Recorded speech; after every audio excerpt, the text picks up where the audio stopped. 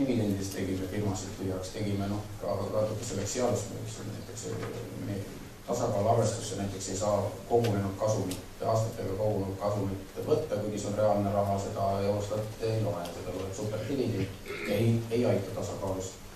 Selleks tegime näiteks RMK-le tulumaksu, mida ta siiani ei olnud, mis on riigi tulumaksuasutus, selle tulumaksu saime kanda tuludesse, ülejäänud oli põhiliselt likviidsus või siis telekomi müük. Müüsime varasid, telekomi müügi tegime jällegi sellise metoodilise tekiga, et sellele pakkumisele, mida siis ostja teki meil kevitsime juurde tingimus, et ta tulevikus maksab maksimaalselt dividende, aga ta maksab välja ka maksimaalselt dividendi juba 2009. Ja seda oli võimalik siis selle eelarve tasakaalu arvestada pluss tulumaks, mille me saime. Sellised töökordsed vägivaldsed meetmed, aga reaalne raha, mida metoodiliselt tuli täpselt kirjeldada, et meeldida siis ka Maastrichtile, mitte ainult saada raha, vaid meeldida ka Maastrichti lepingule. Varasid hakkasime müüma, et maad, muidugi ka vara, aga maa nüüd lihtsalt on natukene spetsiifilisem seal, et mõelnud vara hinnad on all ja neid turg on maas ja keeruline on, aga maa müügi osas oli siin tegelikult üks omandireformi jupp, mis aitab, mis niikuinii tuli teha, me siis kontsentreerisime, muutsime natuke seadus, läks oksjonid käima ja sealt saime ka 100 miljoneid ja saame sinna maani. Need on mingid reformimata maad, mille müümine või reformimine nagunii oli vajalik. Ja lõpuks maksumuudatused, et kui peaminister ja ka rahandusminister ütles, et kriisi ajal maksu tõsta on ikkagi viimane asi ja et mingil hetkel öeldi, et me see valitsus ei tõsta maksu, siis aeg läks edasi, prognoosid halvenemised ja mindi ikkagi ka tabu kallale, mis ei ole tsükliliselt hea lahendus, aga käibemaksu tõstmine, mida mina olen kiitnud, et kergemeelselt saanud sellest sõimata, aga ma ütlen ikka jätkuvalt, et väikses riigis tarbimise maksustamine kriisi ajal juhul ei ole. Kuigi ta ahistab muidugi siseturgu natuke, sisenõudlust ja nii edasi, aga palju hullem oleks tõsta tööjõumakse ja käibemaksu või seda tulumaksu, mis pärsib majandust otseselt. Samas, ega me siin küll ei saanud sellest, et töötuskindlustus, nagu ma ütlesin, et miinimumist tõsteti maksimumi.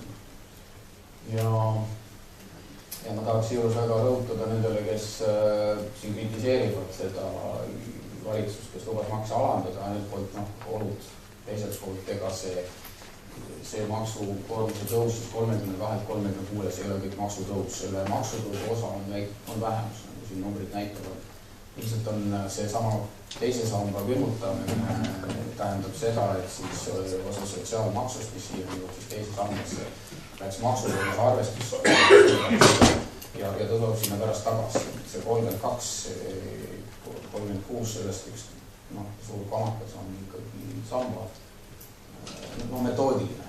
Üldiselt meil maksukoormusega nii hullust ei juhtinud.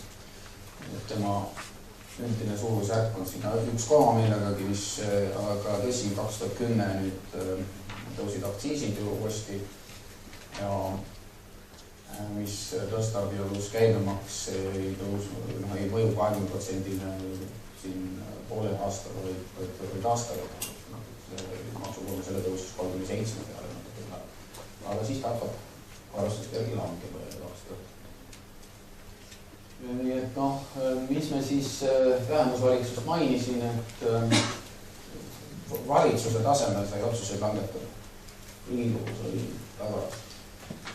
Ja nii me siis vaatasime, maandasime riski, kirjeldasime, neid oli miljardid. Suured tabelid, et mis võib minna tulude poolest halvasti, mis võib minna kulude poolest halvasti, mis võib positsiooni parandada, mis halvendada. Ja siis muudkui suhtlesime kogu avaliku sektoriga, omavalitsuste, sihttasutustega, kõik üks arval RKS oli siin kõvasti. Sai piirid ette ei tohtinud kulutada, mis läheb toonepal arvestusse. Et selline administreerimine käis peale selle, et käis müük, administreerimine, lihtsalt vabatahtlik kulude piiramine, et aastalõpu ralli ärahoidmine, valitsuse otsustega eelarve mitte täitmine kulude osas. ministritega ükshaaval kaklemine, kellega oli see tõusnud, kellega vähem. Aga jah, selline omapärane on see viilamine. Jällegi, ma arvan, et avaliku sektori tervikuna hea kogemus ja mingis määral ikkagi kandub ka tulevikule. Üldiselt võib öelda, et nendest meetmetest pikaajalisi on 2/3 ja 2/3 on ka kulumeetmed. Öeldes, et siin tulusid muud ei teinud, kui tulusid kirjutasite juurde, siis tegelikult ikkagi 2/3 on pikaajaline ja kulumeede. Sikke analüüs on meil ka olemas, mis annab lootust tulevikuks, aga samas ikkagi kriisi ajal on alati midagi erakordset, kas see teine sammas tekitab meil uued probleemid 2011 võib-olla teenindamine. 2011-2012 on jälle karmid aastad riigieelarve seisukoht ja iseenesest majanduskasv seda olematuks ei tee. Siis on, mis me seal, kui eelarvepoliitikat vaadata, siis siin on natuke, eks ole, võrdlusi olnud, mis lähivaates Eesti, et öeldakse, et Eesti riik peab välisinvesteeringud üle võtma. Kõigepealt ega ikka ei ole ja samas meie eelarvetes on investeeringute osakaal mälujad ütlemusega, see oli 8% kandis, Euroopa keskmine oli 2% kandis. Me investeerime rohkem, ei saa väga palju eelistada ja hoidnud seda oleme alles.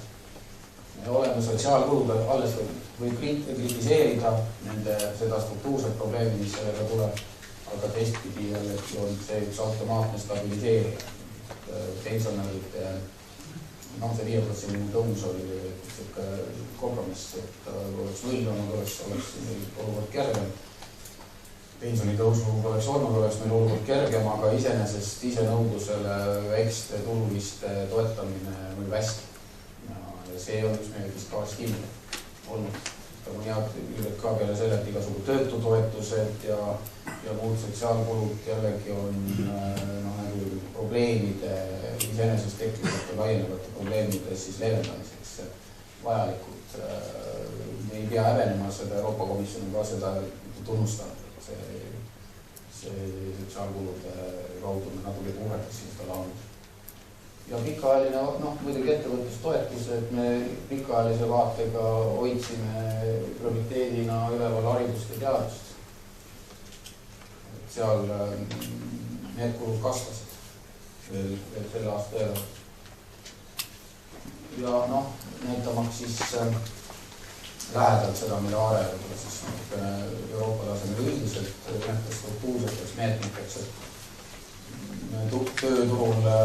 tööturul igasugu asju siin püüame teha, et üldiselt, kui neid väga palju kritiseeritakse, et aktiivseid meetmeid ei ole, tööturupoliitikat ei ole, iga päev räägitakse sellest, sest tegelikult me oleme Euroopa tasemel sellega lihtsalt Põhjamaadest oleme tõvasti maha jäänud. Ja see tase on ka tõusnud, need tööturumeetmeid on kõvasti suurendatud. Igasugu töötukassa programmid ja uued algatused, mis ettevõtlusega alustame täiskasvanud hariduskõrgkoolidest. Asjad, mis arenenud ühiskonda kuuluma, aga sai sinna neid rahasid vägisi muude valdkondade peale suunatud. Aga ega ikka ei teeninda ära seda 100 000 töötute armeed, kellest paljud ei ole ümberõppimisvõimelised, ütleme. Ja paljud lihtsalt eituvad, et ei ole meil võimet tegelikult. Süsteem ise ei ole nii mahukas, et suudaks sellist inimeste mahtu koolitada. Ei ole ka tegelikult neid kohti, mille jaoks koolitada. Me eeldame ikkagi, et majandusstruktuur muutub, aga selleks uueks struktuuriks on seda veel eriti raske leida neid koolitajaid ja kursusi, pigem vanadest inertsist tekivad selle koolitusoskus.